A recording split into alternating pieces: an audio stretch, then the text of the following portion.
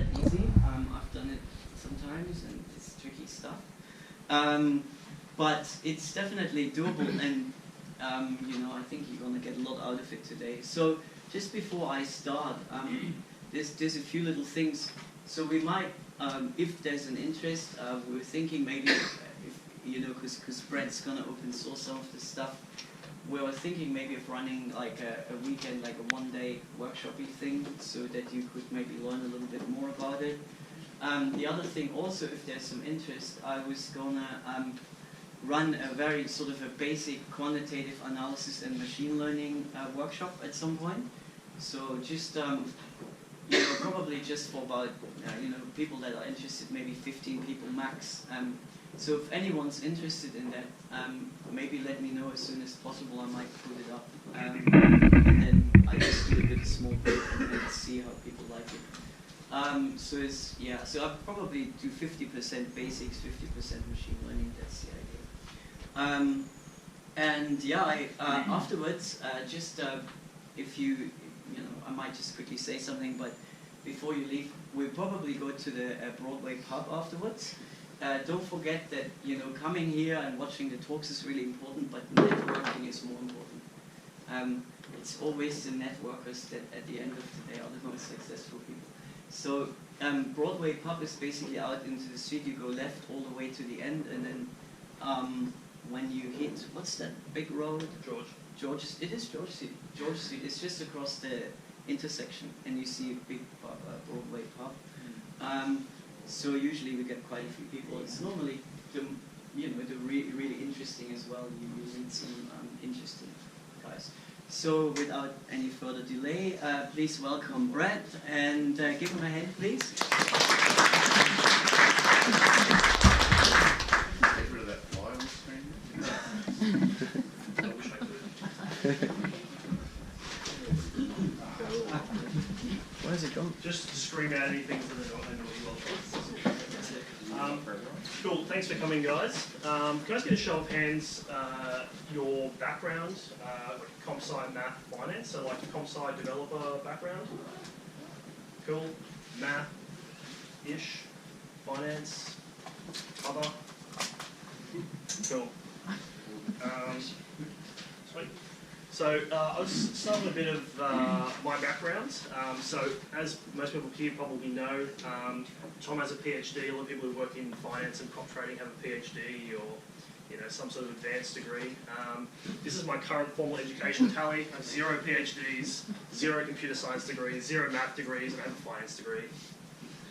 Yay! Yeah, nice one. And I started seriously programming about 4 years ago.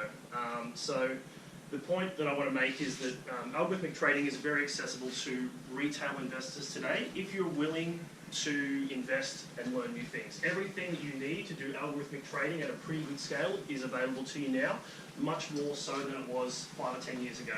If we were having this talk or this conversation 5 years ago, and I come from where I come from, I would have just said, don't even bother because you've got no chance. But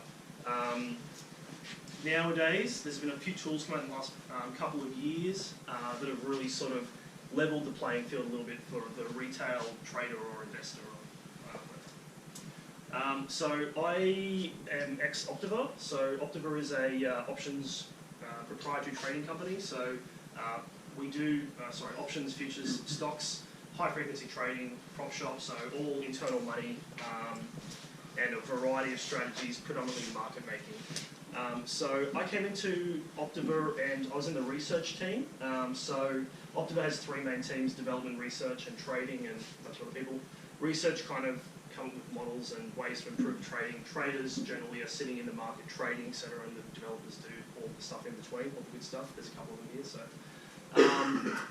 when I came in, research was very new, so the roles were undefined. So people who came into research typically got to slot into a nice little niche where they sort of wanted to go, and they got to pretty much do what they wanted. So we had in research a heap of Excel sheets, and we were given a lot of responsibility, which was really important and really good for us because it let us. We basically just had freedom to do whatever we wanted. It's just like your job role was improve trading in any way that you can see fit.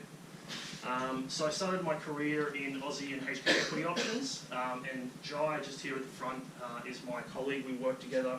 I met Jai in equity options. He's 2 years my senior, and a trader and smarter guy. So, but we started working together there. Yeah, we kind of got along. He was working to automate our market making, and we got along because we shared a lot of the same views about automation and how things should be done. Then we moved to the equity index options spread team, and we basically carved out a little niche for ourselves between trading and development. So we were trying to automate the positional strategies. When traders take an opinion on the market, they're doing what we would call a positional strategy as opposed to a market making strategy. So we're sort of trying to automate the process of that because typically it was done very manually. And then two of us left due to diverging views about the future of options trading and how automated it's going to be. Present, we're on 12 months gardening leave, so we are basically working in an office at a Barangaroo, rolling to work in short shorts and do whatever we feel like, which is working on travel apps, disrupting real estate, startup-y type stuff. And then we kind of go back to trading because none of those things worked. So that brings me to the beginning of my talk, building an algorithmic trading system from the ground up. So we sort of started from scratch at the start of this year, wanting to build a trading stack that we could trade various things from. We're restricted in financial markets. We can't trade anything, so we were basically looking elsewhere to take our skills and expertise and apply them to different markets. And it's a la pobre, which is Spanish for the poor man's version.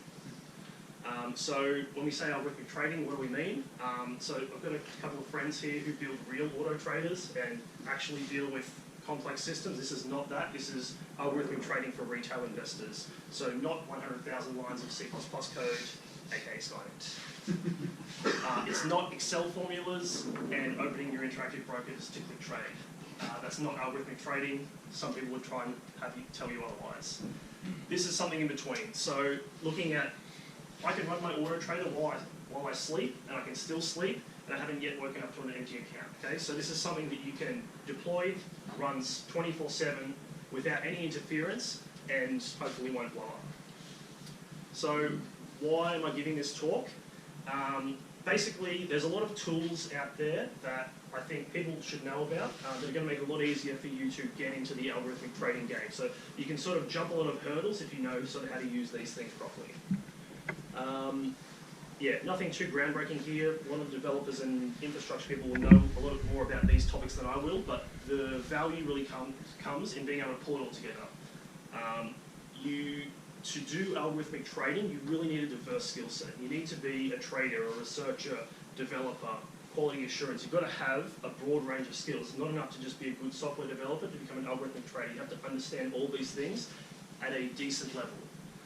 It's a non-trivial task, but yeah, a lot of recent developments have made it a lot easier for people like you and me. Sorry.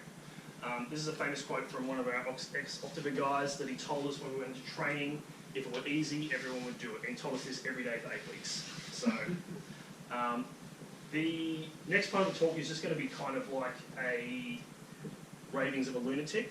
It's just going to be sort of lessons learned, a bit of theory for the process that we've gone through, building the system that we have today, and then we'll sort of kick into how we can apply it in practice. So on the data point, on the data topic, so this is kind of like, if you were starting from scratch tomorrow and you were building an algorithmic trader, these are the things that would be important to you. So when you're pulling raw data from a source, you basically want to log everything at the source. People, and we had this at Optiva, people would record computer transformed data, and we stored all this stuff that we could never recompute. So the only thing that matters is raw data, wherever it's coming from. Anything that you can compute or model or rebuild, you don't need to store it because you can just rebuild it later down the track. But people, when we were working together, often say, "Oh, we've got to store this," and said no, and then we store these sort of computed values or theoretical values for a model without the actual model. So you go back and, okay, cool, let's go back and do some backtesting against this theoretical value. Okay, what assumptions went into this model? Well, we've got no idea because we don't have the actual model specifications. So storing any sort of computed data is really useless. What you want to store is raw data and the models that we use to compute whatever your transform or parse data was after the fact. So yeah, another one that a lot of software developers probably know, but storage and computation time are cheap, developer hours are not. So often we would have fights with people who didn't want to store raw data because it costs $5 a month to store a terabyte of data, or a couple of $100, but really the value that you get out of storing that data saves you so many hours of developer time down the track, and trying to get that point across was sometimes quite hard. So you need clean data to do literally anything you want to do: build parsers, backtest, or test your core strategy logic. If you are going to use multiple sources of data, write yourself an instrument definition service. And this is just something that pulls all of your data sources together at the source and maps them all. You don't want to be trying to do any sort of live mapping or anything, because you'll just end up in a world of hurt. And this is something that we've done and been burned by. Storage. So a lot of people get caught up on storage and databases and things. If you don't come from a DBA background, literally the simplest tool will do the job for you. You don't need to think about it, you don't need to overthink it, and you will just don't. So you've got lots of options, a bunch of different databases, all have their pros and cons. If you're using Python, SQLite is seriously going to be just fine, at least for the first couple of months of your development of your system. You can move to something else when you need it. Don't bother getting caught up on this stuff when you start. We change our mind literally every other day about where we're going to store our data, the protocols we're going to use, the format we're going to use, and none of it really matters. It's just going around in circles and a waste of time, really. As long as you've got good raw data, you can change your protocols, you can change your models, and rebuild everything, and it's easy. So we currently use Redis, which we really like as a message bus, because when we have multiple sources of data, we can just fire everything at it. Redis records a log of it, and we can literally just replay that log anytime we want to see a replayed state of any sort of day of trading. Theoretical. So this, when I say theo or theoretical, I basically mean any sort of valuation you're going to come up with that you're going to trade against. So I'm not going to go too much into this because Tom's going to talk on backtesting and various things, and this is sort of the topic that gets the most coverage when it comes to algorithmic trading or any sort of trading, really. People are always trying to sell you some sort of theoretical. Trade this moving average or this something, something, something, and you'll make money. And I can guarantee you, coming from a very sophisticated prop shop, that anything that is easily tradable or someone's trying to sell you, I have infinite computing power at my disposal back at my job at Autotrader, and if there was any money in it, I would have found it a long time ago. So I'm not going to bother too much about this. It's very specific to you. You need to sort of carve out your niche and find where and how you want to generate your theoretical. There's probably also typos, typos riddled throughout this, so I apologise. But I'll say a quick couple of things. Simple is better than complex, always.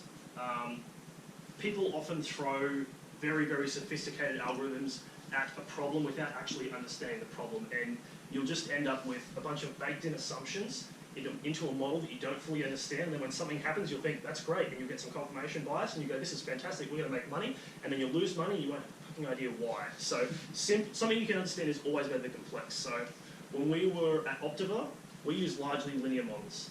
Our actual value add was in our feature engineering, but really, trying to throw anything outside of that was just pointless.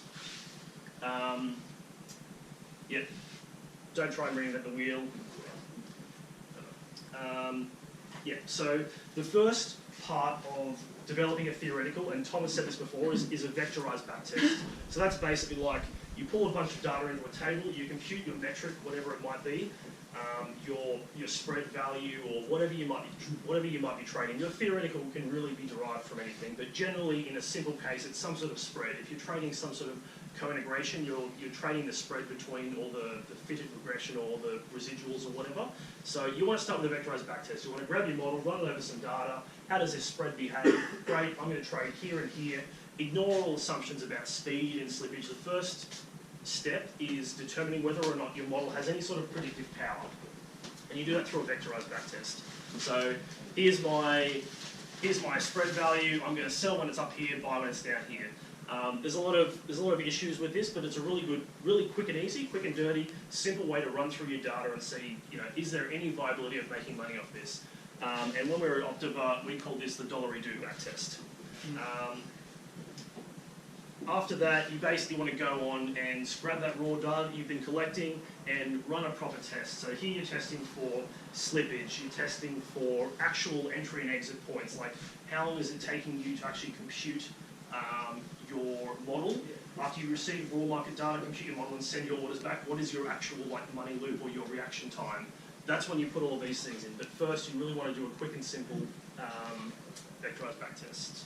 Cool. So this is probably the more interesting part. Not so much for people who are from a software background, maybe. It's more for, maybe if you're new, but this is really where the big developments have been in the last couple of years. So infrastructure deployment, ignore testing. So infrastructure.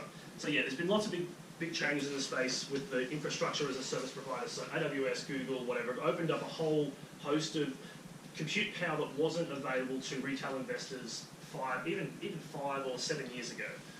So you can now, at the click of a button, fire up a data center that is as big as any of the prop trading firms from home. So you've got all this power you think tips. Can anyone tell me what they think a 60 gig computer with 36 CPUs is worth per hour on Amazon? $2. Less than $1. Yeah.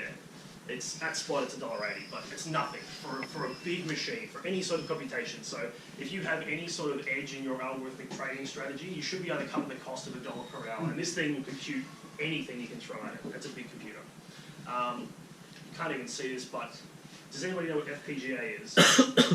Yeah, so this is now coming onto Amazon. So that there is now FPGA as a service. I have literally no idea how it works, but FPGA, for those who don't know, is like hardware computation. So I'm not even going to bother trying to explain it. As far as I know, you put electricity in and like logic comes out. Who knows? Sorry? How are you going to upload your code? Don't know. Couldn't tell you, sorry. But They have like pre-built libraries for functions. yeah, like so that. yeah. And so that like transforms. Yeah, but so it's kind of like, this is the stuff that proprietary trading shops use to compute their stuff, and you can just fire it up on Amazon. It's god-awfully expensive, but like it's there. The power is to you. 10 years ago, you would never have a hope of getting your hands on any infrastructure that was even remotely close to what a HFT has now. Deployment, so another space where a lot of technologies recently have sort of made it easier for a lot of people who are, like me, part-time developers. So Docker is a massive one. So Docker allows you to, does anyone here not know what Docker is? Cool. Docker allows you to basically containerize an app. So it's a virtual machine that is super easy to, you define it in a YAML file, they are super lightweight, and you can basically just run any sort of code in a containerized environment and sort of build them on top of each other. It's really